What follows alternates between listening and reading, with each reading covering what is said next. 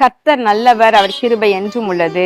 ஆண்டவராகிய இயேசு கிறிஸ்துவின் நாமத்தினால் உங்கள் ஒவ்வொருவருக்கும் அன்பின் வாழ்த்துக்கள். இன்று டிசம்பர் 30 திங்கட்கிழமை. பிரியமானவர்களே, இந்த நாளிலே உங்களுக்கு தேவ கிருபையும் சமாதானமும் பெருகி இருப்பதாக. விசேஷமாக நம்ம இந்த வாரம் முழுவதும் வருடத்தின் கடைசி நாட்கள்ல நம்ம என்னெல்லாம் செய்யணும் அப்படிங்கிறதை குறித்து வசனத்தின் அடிப்படையிலே நாம் ஒவ்வொரு நாளும் தியானித்து வருகின்றோம். நேற்றைய தினத்துல நம்மை நாமே நிதானித்து அறிந்து கொள்வோம் என்று சொல்லி பார்த்தோம். பிரியமானவர்களே, இன்றைக்கு கூட லேவியராகமம் 26வது அதிகாரம் 10வது வசனம், புதிய தானியத்துக்கு இடம் உண்டாகும்படி பழையதை விளக்குவீர்கள். இங்கு கர்த்தர் இஸ்ரவேல் ஜனங்களுக்கு சொல்லும் பொழுது அவர் என்ன சொல்றார்னா, புதிய தானியத்துக்கு இடம் உண்டாகும்படி பழையதை விளக்குவீர்களாக. அப்ப என்ன அர்த்தம்னா, கர்த்தர் புதிய தானியத்தை தரப்போகின்றார் இல்லையா? புதிய ஆசீர்வாதம், புதிய நன்மைகள், புதிய காரியங்கள் என்று சொல்லி நமக்கு புதிய வருஷத்துல இப்படிப்பட்ட புதிய பல காரியங்களை செய்ய போகின்றார். அப்ப அதற்கு முன்பதாக பழையவைகளை எல்லாம் நாம் ஒழிய பண்ண வேண்டும். பழையவைகள் என்றால் என்ன? ஒருவேளை நம்முடைய ஆசீர்வாதத்திற்கு தடையாக, புதிய நன்மைகளை பெற்றுக்கொள்வதற்கு தடையாக இருக்கின்ற நம்மிடத்தில் இருக்கின்ற பழைய வேண்டாத துர்க்குணங்கள், நம்மிடத்தில் இருக்கின்ற வேண்டாதவைகள், இவைகளை எல்லாம் மதியினங்கள், அறியாமல் செய்கின்ற சிற்சில தவறுகள், இவைகளை எல்லாம் நம்மிடத்திலிருந்து விலக்கும் பொழுது நாம் புதிய நன்மைகளை பெற்றுக்கொள்ள ஏதுவாக இருக்கும். இங்கு 1 கொரிந்தியர் 5வது அதிகாரம், நீங்கள் புளிப்பில்லாதவர்களாய் இருக்கிறபடியே புதிதாய் பிசைந்த மாவாய் இருக்கும்படிக்கு பழைய புளித்த மாவை புறம்பே கழித்து போடுங்கள். இப்ப இங்கேயுமே பாருங்களேன், அதாவது புளித்த நல்ல மாவு ஆட்டி வைக்கும் போது பழைய புளித்த மாவோடு சேர்ந்து நம்ம கலந்து வச்சோம்னா புதிய மாவு எல்லாமே ரொம்ப புளிச்சு போயிடும்.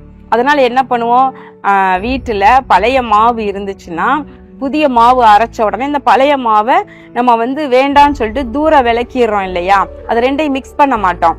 அது நம்மளால யூஸ் பண்ண முடியலன்னு சொன்னா, அது சாப்பிட முடியாதுன்னா அதை கீழே போட்டுறோம் நம்ம.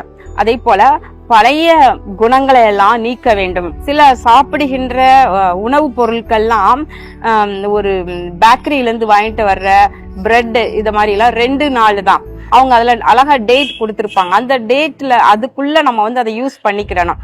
சாக்லேட்ஸே கடையில வாங்கும் போது அதுல இன்ன தேதியில் இது பேக் பண்ணப்பட்டது, இது இன்ன தேதி வரைக்கும் தான் இதை நீங்க யூஸ் பண்ணணும். நட்ஸா இருந்தா கூட அப்படிதான் அதை போட்டிருக்கோம். சில நேரம் நிறைய பேர் கவனிக்க மாட்டாங்க அத. அதே போல என்ன பொருள் பாக்கெட்ல வாங்கினாலும் அதுல அது எக்ஸ்பைரி டேட் போட்டிருக்கோம். அது வரைக்கும் தான் அதை யூஸ் பண்ண முடியும். 3 மாதம், 6 மாதம், 1 வருடம் என்று சொல்லி போட்டிருக்கோம். அப்போ அந்த நாள் தாண்டி பின்பு அதை நம்ம யூஸ் பண்ணக்கூடாது. அது நமக்கு கெடுதியாக மாறிவிடும். அதே போல நம்ம புதிய ஆண்டிற்குள்ள போகிறோம். அப்போ நமக்கு புதிய நன்மைகள் வேண்டும். அப்போ நம்ம கிட்ட இருக்கின்ற காலாவதியான தேவையில்லாத காரியங்கள், பழக்க வழக்கங்கள், குணங்கள், இவைகளை எல்லாம் நம்ம அகற்றி நம்மை துப்புரவு பண்ணி கொண்டார் நம்முடைய இருதயத்தை, நம்முடைய ஆவிக்குரிய வாழ்க்கையில இருக்கிற கலைகள், இவைகளை எல்லாம் நம்ம பிடுங்கி துப்புரவு செய்து கொண்டு புதிய ஆசீர்வாதத்தை எதிர்நோக்கி நம்ம புதிய ஆண்டிற்குள் போகலாம். நம்முடைய ஆவிக்குரிய வாழ்க்கை மாத்திரமல்ல, இந்த பூமியிலையும் கர்த்தர் நம்மை நன்றாய் வாழ வைப்பதற்காக அழகாக வீடு, வாசல், குடும்பம் என்று சொல்லி கொடுத்திருக்கின்றார்.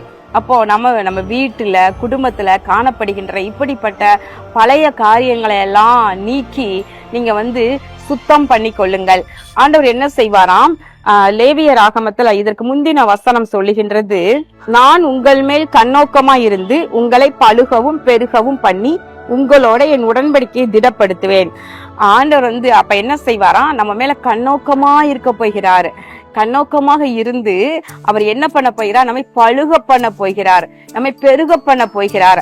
அதனோடு கூட நம்மோடு கூட செய்த உடன்படிக்கையை, நமக்கு கொடுத்த வாக்கு தத்தங்களை அவர் திடப்படுத்த போகின்றார். கடந்த நாட்கள்ல ஆண்டவர் கொடுத்த வாக்கு தத்தங்கள் எல்லாம் நிறைவேற சில நேரம் தாமதமா இருக்கலாம். ஆனா தாமதமானாலும் பரவாயில்லை, ஆண்டவர் அதை திடப்படுத்தி நிச்சயமாக சீக்கிரமாய் நிறைவேற்றுவார். நம்ம செய்ய வேண்டியது பழையதை விளக்க வேண்டும். இந்த டிசம்பர் 30 நீங்க தேவ சமூகத்துல அமர்ந்து இன்றும் நாளையும் நேரம் இருக்கும் பொழுது அமர்ந்து எந்த காரியங்கள் எல்லாம் உங்களுக்கு முன்னேற விடாதபடிக்கு இடையூறாக உங்களுடைய ஞானமில்லாத தன்மை, மதியினங்கள், உங்களுடைய எரிச்சல், கோபம் இதெல்லாம் கூட பெரிய ஆசீர்வாதத்துக்கு தடையா நின்று கொண்டே இருக்கலாம். குடும்பத்துல உள்ள சமாதானத்தை குறைப்பதற்கு எதெல்லாம் வழி செய்து கொண்டே இருக்கிறது, அதையெல்லாம் விளக்க இந்த நாட்கள்ல நீங்கள் முடிவெடுங்க. கர்த்தரை கிட்டி சேர முடியாதபடிக்கு, வேதத்தை வாசித்து தியானித்து ஜெபிக்க முடியாதபடிக்கு நேரமெல்லாம் எப்படி விரயமாகுது, அதெல்லாம் நீங்க யோசித்து பாருங்க. அப்படி நேரம் விரயமாகிற அந்த காரியத்தை எல்லாம் விலக்கி கொள்ள நீங்க தீர்மானம் எடுங்கள். கர்த்தர் வருகின்ற புதிய ஆண்டிலே புதிய நன்மைகள், புதிய ஆசீர்வாதங்கள், புதிய கிருபைகளை உங்களுக்கு பரிபூரணமாய் கொடுத்து உங்களை ஆசீர்வதிப்பார். அவர் உங்கள் மேலே கண்ணோக்கமாய் இருக்கிறார். உங்களை பழுகவும் பெருகவும் பண்ணி அவங்களுக்கு கொடுத்த உடன்படிக்கை வாக்குத்தத்தங்களை திடப்படுத்துவார். நாம் பழையதை விளக்குவோம், புதிய தானியத்திற்கு இடம் உண்டாக்குவோம். கண்களை மூடி ஜெபம் பண்ணுவோமா?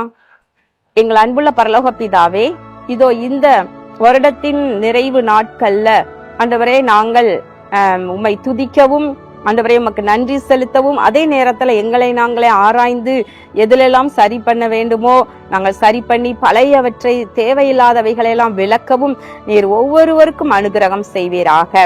புதிய தானியத்திற்கு இடம் உண்டாக்கும்படி என்று சொல்லப்பட்டபடி ஆண்டவரே புதிய தானியம் இவர்களுக்கு ஆயத்தமாயிருக்கின்றது. ஆண்டவரே அதை பெற்றுக்கொள்ள நீர் ஆயத்தப்படுத்துவீராக. இயேசு கிறிஸ்துவின் நாமத்தில் வேண்டிக் கொள்கிறேன் நல்ல பிதாவே, ஆமேன். பிரியமானவர்களே, வருகின்ற 31ஆம் தேதி இரவு 10 மணி அளவில் நம்முடைய சென்னை ஆசீர்வாத திருச்சபையில் வைத்து ஆசீர்வாத டிவி மற்றும் ஆசீர்வாத திருச்சபை இணைந்து நடத்தும் வாக்குத்தத்த ஆராதனை நடைபெற உள்ளது. இதிலே நீங்கள் ஆசீர்வாத டிவி நேயர்கள் கூட நீங்கள் வந்து உற்சாகமாக இதிலே கலந்து கொள்ளலாம். புதிய ஆண்டிற்குள் பிரவேசிக்கும் பொழுது நம்ம எல்லாரும் சேர்ந்து கர்த்தரை மகிமைப்படுத்தலாம். கர்த்தர் பெரிய காரியங்களை செய்வார். கர்த்தர் உங்களை ஆசீர்வதிப்பாராக. ஆமென்.